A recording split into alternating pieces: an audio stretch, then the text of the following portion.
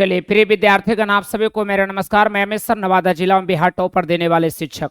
वैसे विद्यार्थीगण जो क्लास में ऑफलाइन में पढ़ रहे हैं, वैसे विद्यार्थियों के लिए रिवीजन का पूरी क्लास होगा। अगर देखेंगे वीडियो तो डबल हो जाएगा।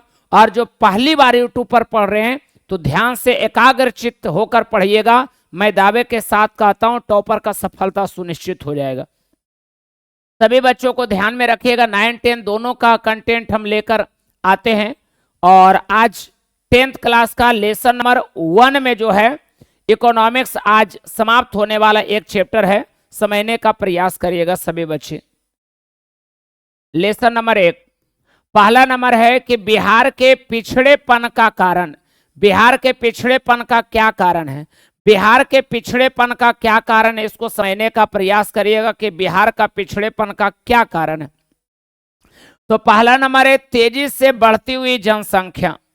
तेजी से बढ़ती हुई जनसंख्या के कारण बिहार एक पिछड़ा हुआ राज्य है। बिहार में तेजी से जनसंख्या बढ़ रही है। बिहार में बाबू रे तेजी से जनसंख्या क्या हो रही है? बढ़ रही है।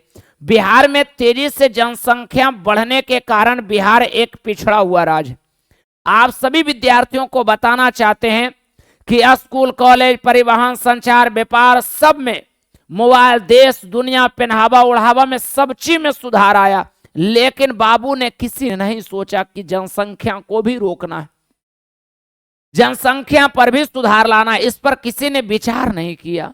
धुआंधार जनसंख्या बढ़ाते चला गया, जिसके कारण बिहार एक पिछड़ा हुआ राज्य है। तेजी से जनसंख्या बढ़ रही है। तेजी से जनसंख्या बढ़ने के कारण बिहार एक पिछड़ा हुआ राज्य है, क्योंकि बिहार में उद्योग धंधे, कल कारखाने कम है, रोजगार का साधन कम है और जनसंख्या दिन प्रतिदिन बढ़ती जा रही है, जिसके कारण लोगों को रोजगार नहीं मिल पाता है, जिसके कारण बिहार एक पिछड़ा हुआ राज्य है। बिहार एक पिछड़ा हुआ राज्य है।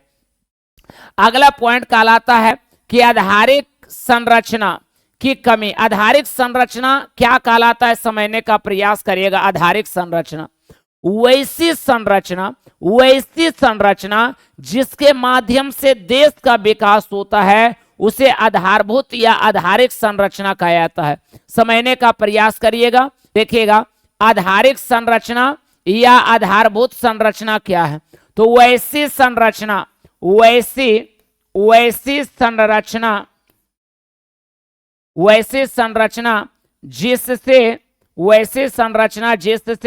देश का विकास होता है, देश का विकास होता है, उसे आधारभूत संरचना या आधारिक संरचना कहा जाता है।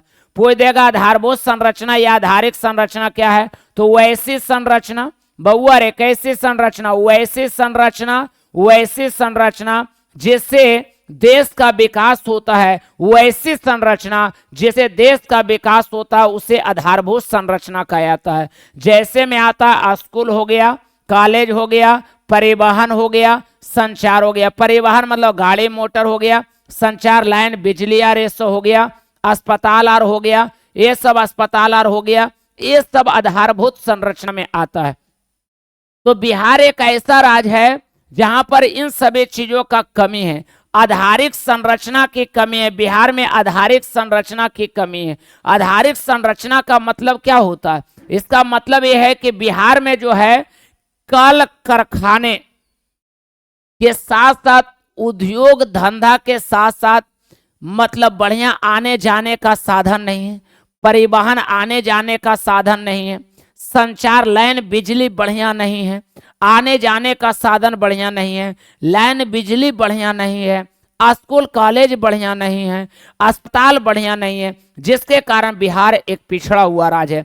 बिहार में देखिएगा कि जो मोटरसाइकिल पर 3 बंदा बैठ गया बाबू रे, वो अपने आप को राजा समझता, वो अपने आप को डॉन समझता है। समझ लीजिए पुलिस भी अगर हेमलेट चेक कर रही है तो अगला गाड़ी जो चला रहा है 3 बैठा हुआ में अगला जो है, वो दोनों को कह देगा कि बढ़िया से बैठ जाओ, आदम लहर या कट मार बो यार, लहर या कट मार के बाबू रे पुलिस के धक्का दे के निकल जाता है।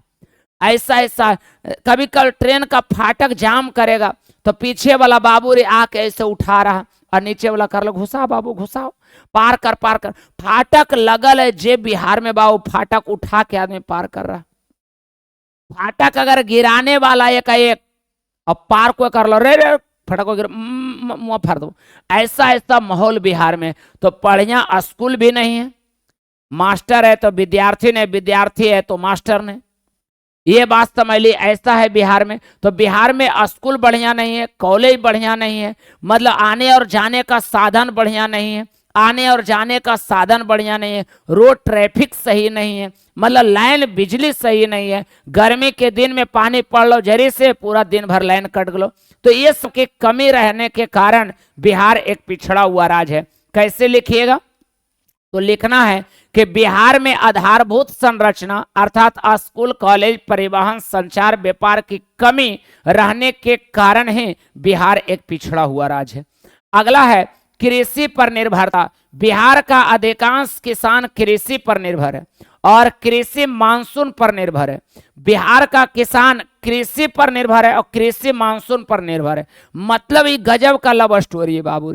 जैसे कहने का मतलब है कि तो निर्भर है लड़कियां पर, कि लड़कियां अगर कहते हैं तो शादियां हो जीते, अगर चाह लेगी नहीं वो तो हम कर लेंगे शादी। लेकिन बाबू रे लड़कियां निर्भर है कि मम्मी अगर कह देते हैं तो वो लड़कवा हो जीते। अब लपेटा है मम्मी ओकर कर ले ना, जब करबो तो हम खोज के ले मरिया हो गलो। जयमाला पर दोसर लड़का चुनाल हो, दोसर माला डलल का कोई और, मार होलो कोई और, ऐसा का माहौल बन गलो। तो उसी प्रकार से भारत का किसान है, बिहार का किसान है। बिहार का किसान जो है, बिहार का अधिकांश किसान कृषि पर निर्भर है और कृषि बेचारा मानसून पर निर्भर है और मानसून भगवान पर निर्भर है। भगवान करने निर्भर है कहना मुश्किल है। तो बिहार का कृषि मानसून पर, बिहार का कृषि मानसून पर निर्भर है। अगर पानी बढ़िया से पड़ेगा तो फसल होगा, अगर नहीं पड़ेगा तो फसल नहीं होगा, जिसके कारण बिहार एक पिछड़ा हुआ राज्य है। समझिए बात को बढ़िया से। बिहार का अधिकांश जनसंख्या कृषि पर निर्भर है, कृषि मानसून पर निर्भर है, जिसके कारण अगर पानी पड़ा समय पर तो फसल होगा, अगर नहीं पड़ेगा तो फसल नहीं होगा, जिसके कारण बिहार एक पिछड़ा हुआ राज्य है। बिहार में बाढ़ और सुखाड़ की समस्या, बाढ़ और सूखा की समस्या हमेशा बना हुआ रहता है।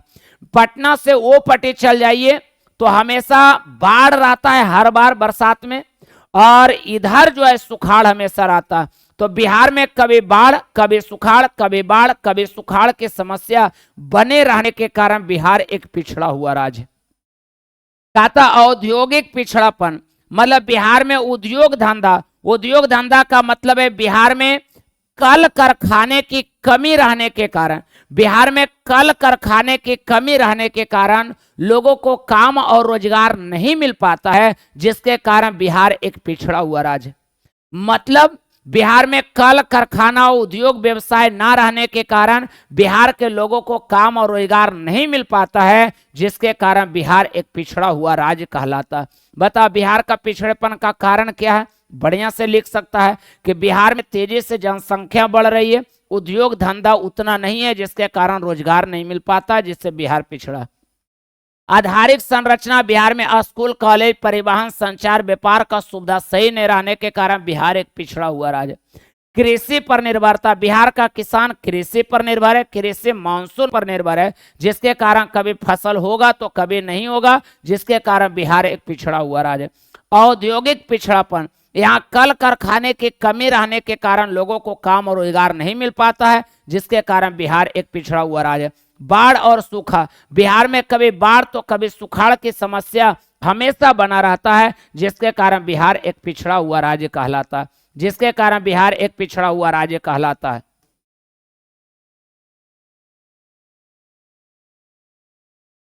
चलिए अगला कहता है बिहार के पिछड़ेपन को दूर करने का उपाय। बिहार का पिछड़ापन को दूर कैसे किया जा सकता है? पिछड़ा हुआ अगर राज्य है तो दूर कैसे किया जाएगा? तो कहता है जनसंख्या पर नियंत्रण लाया जाए। पहला नंबर है जनसंख्या को बाबू रे एकदम जनसंख्या पर अब एकाएक मान लिया गया, कोई आदमी आ रहा है धक्का मारा जीते एकदम, तो एकाएक आदमियों के रूप के पड़ते, आदमियों के रूप के पड़ता है और गाड़ियों वाला कदम डिस ब्रेक को मारे पड़ते। उसी प्रकार से समझ लीजिए बाबू रे कि जनसंख्या को भी एकाएक रोकना पड़ेगा, कम करना पड़ेगा। 2, 4, 8, 10, 12 जा रहा धुआंधार कोई आदमी रोक ठोक ही नहीं है बिहार में, वो कम करना पड़ेगा। हम दो हमारे गिन लो नहीं पार्टनर, हम दो हमारे छो नहीं, हम दो हमारे दो होना चाहिए। जनसंख्या को कम करिए और उद्योग धंधा को एकदम फैला दीजिए। जनसंख्या को ब्रेक मारिए और उद्योग धंधा को पूरा फैला दीजिए, बिहार का पिछड़ापन दूर हो सकता है। तो बिहार का पिछड़ापन को दूर करने के लिए जनसंख्या को नियंत्रित किया जाना चाहिए। मतलब हम दो हमारे दो के आधार पर बच्चे जन्म होना चाहिए और उद्योग धंधा कल कारखाना से तेजी से विकास होना चाहिए, जिसके कारण बिहार एक पिछड़ा हुआ राज्य है तो वो दूर हो सकता है। अब इन्हें क्या करिएगा, हम दो हमारे गिन लो, तो गिन लो तो पारे नहीं लगेगा। हम दो हमारे दो और उद्योग तेजी से विकास करिएगा तो बिहार का पिछड़ापन दूर हो सकता है। अगला है कृषि को तेजी से विकास। कृषि को तेजी से विकास किया जाना चाहिए। कृषि में नए नए मशीनों का इस्तेमाल किया जाना चाहिए, खेतों के सिंचाई का इस्तेमाल किया जाना चाहिए, नया तरीका इस्तेमाल किया जाना चाहिए जिसमें कम पानी का इस्तेमाल हो। और खेतों में जो फसलें हम लोग लगा रहे हैं, खेतों में जो हम फसलें लगाते हैं वो नए तरीका से नए विधि से लगाइए कि कम पानी का खपत हो, बढ़िया फसल हो। तो नए नए तरीके से फसल, नए नए मशीनों का इस्तेमाल किया जाए, ज्यादा से ज्यादा फसल उपजाने का प्रयास किया जाए, जिससे बिहार का पिछड़ापन दूर हो सकता है। अगला बाढ़ पर नियंत्रण। बिहार में जो बाढ़ बार बार आते रहता है उसको रोकने का प्रयत्न किया जाना चाहिए। बिहार को बाढ़ को कंट्रोल किया जाना चाहिए। अगर बिहार के बाढ़ को कंट्रोल कर लिया जाएगा तो बिहार का पिछड़ापन दूर हो सकता है। अगला आधारभूत संरचना का विकास। आधारभूत संरचना का विकास का मतलब यह है कि बिहार में स्कूल है, कॉलेज है, परिवहन है, संचार है, व्यापार है, अस्पताल है, शिक्षा है, स्वास्थ्य है, इन सभी को विकास तेजी से किया जाए। अगर इन सभी चीजों का, जैसे शिक्षा है, लाइन है, गाड़ी मोटर चलने वाला साधन है, इन सभी चीजों को तेजी से अगर विकास कर लिया जाएगा तो बिहार का पिछड़ापन आसानी से दूर हो सकता है। पूछेगा आधारिक संरचना या आधारभूत संरचना क्या है, तो वैसी संरचना जिसके माध्यम से देश का विकास होता है, जैसे स्कूल, कॉलेज, परिवहन, संचार और व्यापार, शिक्षा, स्वास्थ्य, अस्पताल यार ये सब, अगर इन सभी का विकास कर लिया जाए तो बिहार का पिछड़ापन आसानी से दूर हो सकता है। अगला है उद्योगों का विकास। बिहार में तेजी से कल कारखाने का विकास किया जाना चाहिए। बिहार में तेजी से कल कारखाने का विकास किया जाना चाहिए, उद्योग धंधा का विकास किया जाना चाहिए, जिससे ज्यादा से ज्यादा लोगों को रोजगार मिल सके और गरीबी दूर हो सके। तो अब यहाँ पर उद्योग लगाएगा, अब कल कारखाना मान लिया गया लगाएगा और यहाँ जनसंख्या पूरा धुआंधार बढ़ाइएगा तो पार नहीं लगेगा। बिहार के पिछड़ापन को दूर करने का उपाय एक ही है कि जनसंख्या को कम किया जाए और उद्योग को बढ़ाया जाए, जिससे बिहार का पिछड़ापन दूर हो सकता है। अदम ब्रेक नहीं ले लेना, हम तो हमारे तो रहिए। और अगला कृषि का तेजी से विकास किया जाए, मतलब कृषि में नए नए मशीनों और का इस्तेमाल किया जाए, कृषि को ज्यादा डेवलप किया जाए, जिससे बिहार का पिछड़ापन दूर होगा।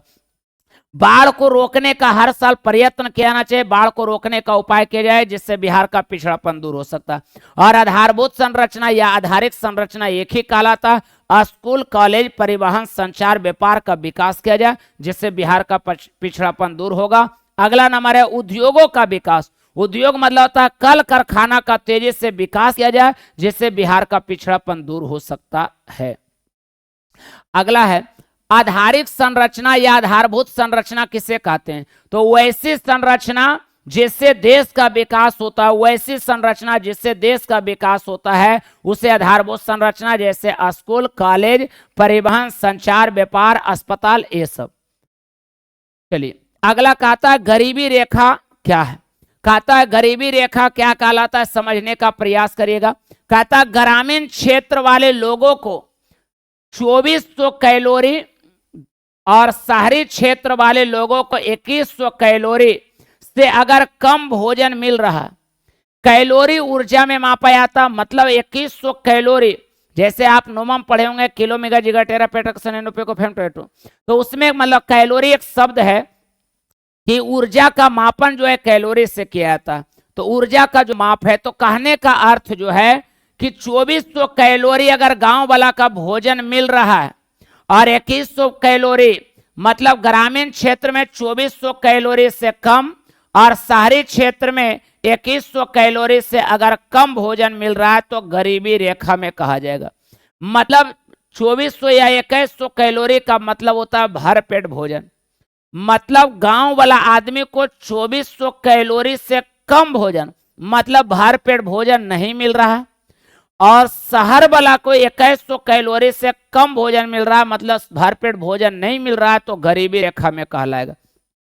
गरीबी रेखा लिखने के लिए कुछ नहीं करना है, ऐसे लिखना है कि ग्रामीण क्षेत्र में रहने वाले लोगों को 2400 कैलोरी से कम भोजन मिलना तथा शहरी क्षेत्र में रहने वाले लोगों को 2100 कैलोरी से कम भोजन मिलना है गरीबी रेखा में कहा जाता है। सर गौवा वाला को ज्यादा दिया गया, शहर वाला को कम का है सर, तो गौवा वाला ज्यादा खाता है सर? नहीं।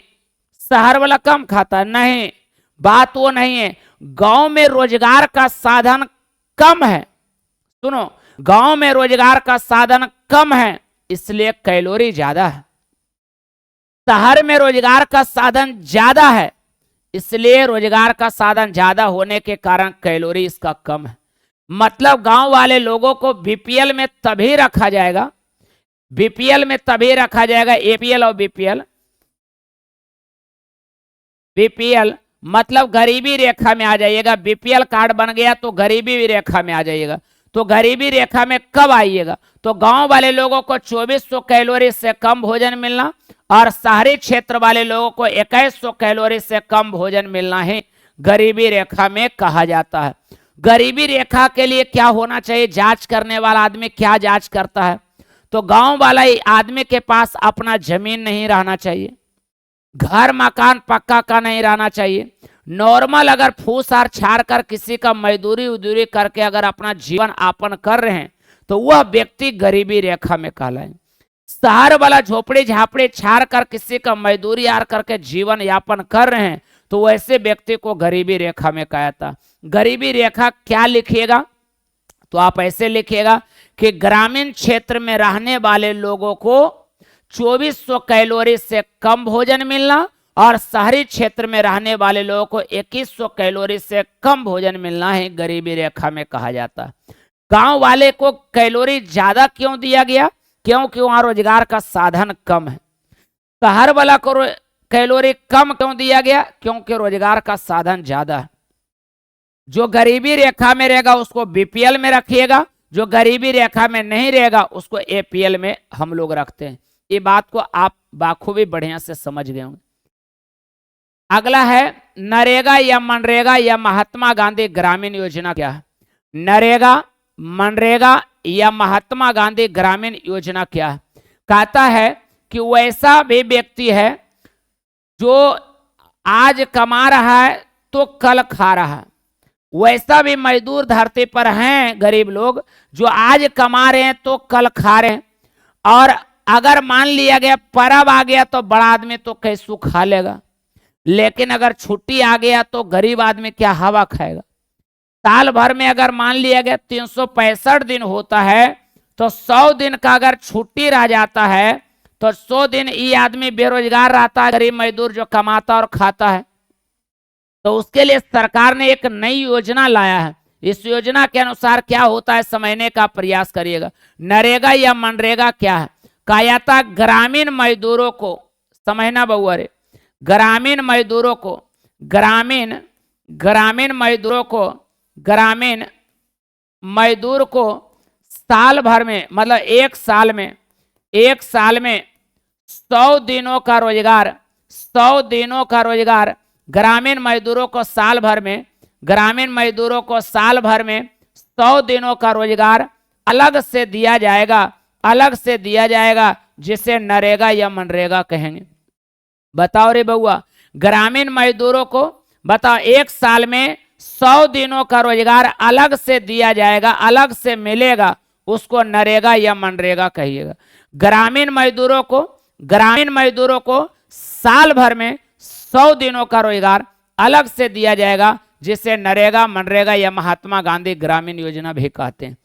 इसमें एक बात और है बाबू कि मशीनों से काम नहीं कराना है। नरेगा और मनरेगा में मुखिया और वार्ड अगर कोई काम करा रहे हैं, अगर कोई मुखिया और अगर कोई वार्ड अगर काम करा रहे हैं, तो ये काम जो है मशीनों से नहीं होना चाहिए, जेसीबीआर से नहीं होना चाहिए, नहीं तो कानूनी कार्रवाई हो जाएगा।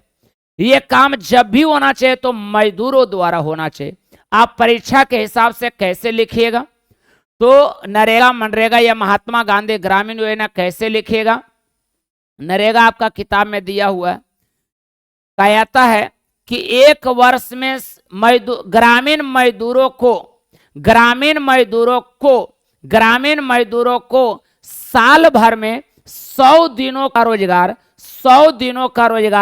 अलग से दिया जाएगा, जिसे नरेगा या मनरेगा कहेंगे। ग्रामीण मजदूरों को कई साल में, एक साल में 100 दिनों का रोजगार अलग से दिया जाएगा, जिसे नरेगा या मनरेगा या महात्मा गांधी ग्रामीण योजना। इसमें मशीन से काम नहीं कराना है। अगला कहा जाएगा कि आर्थिक नियोजन क्या कहलाता है, तो देश के संसाधनों का विभिन्न विकासात्मक क्रियाओं में प्रयोग करना है। मतलब आर्थिक नियोजन क्या कहलाएगा समझना, देश के संसाधनों का विकास के लिए प्रयोग करना, देश के संसाधनों को, कोयला, पेट्रोलियम, प्राकृतिक गैस, इस सब को देश के विकास के लिए प्रयोग करना। मतलब देश के खनिज को या देश के खनिजों को या देश के संसाधनों को विकास के लिए प्रयोग करना है, आर्थिक नियोजन कहलाता है।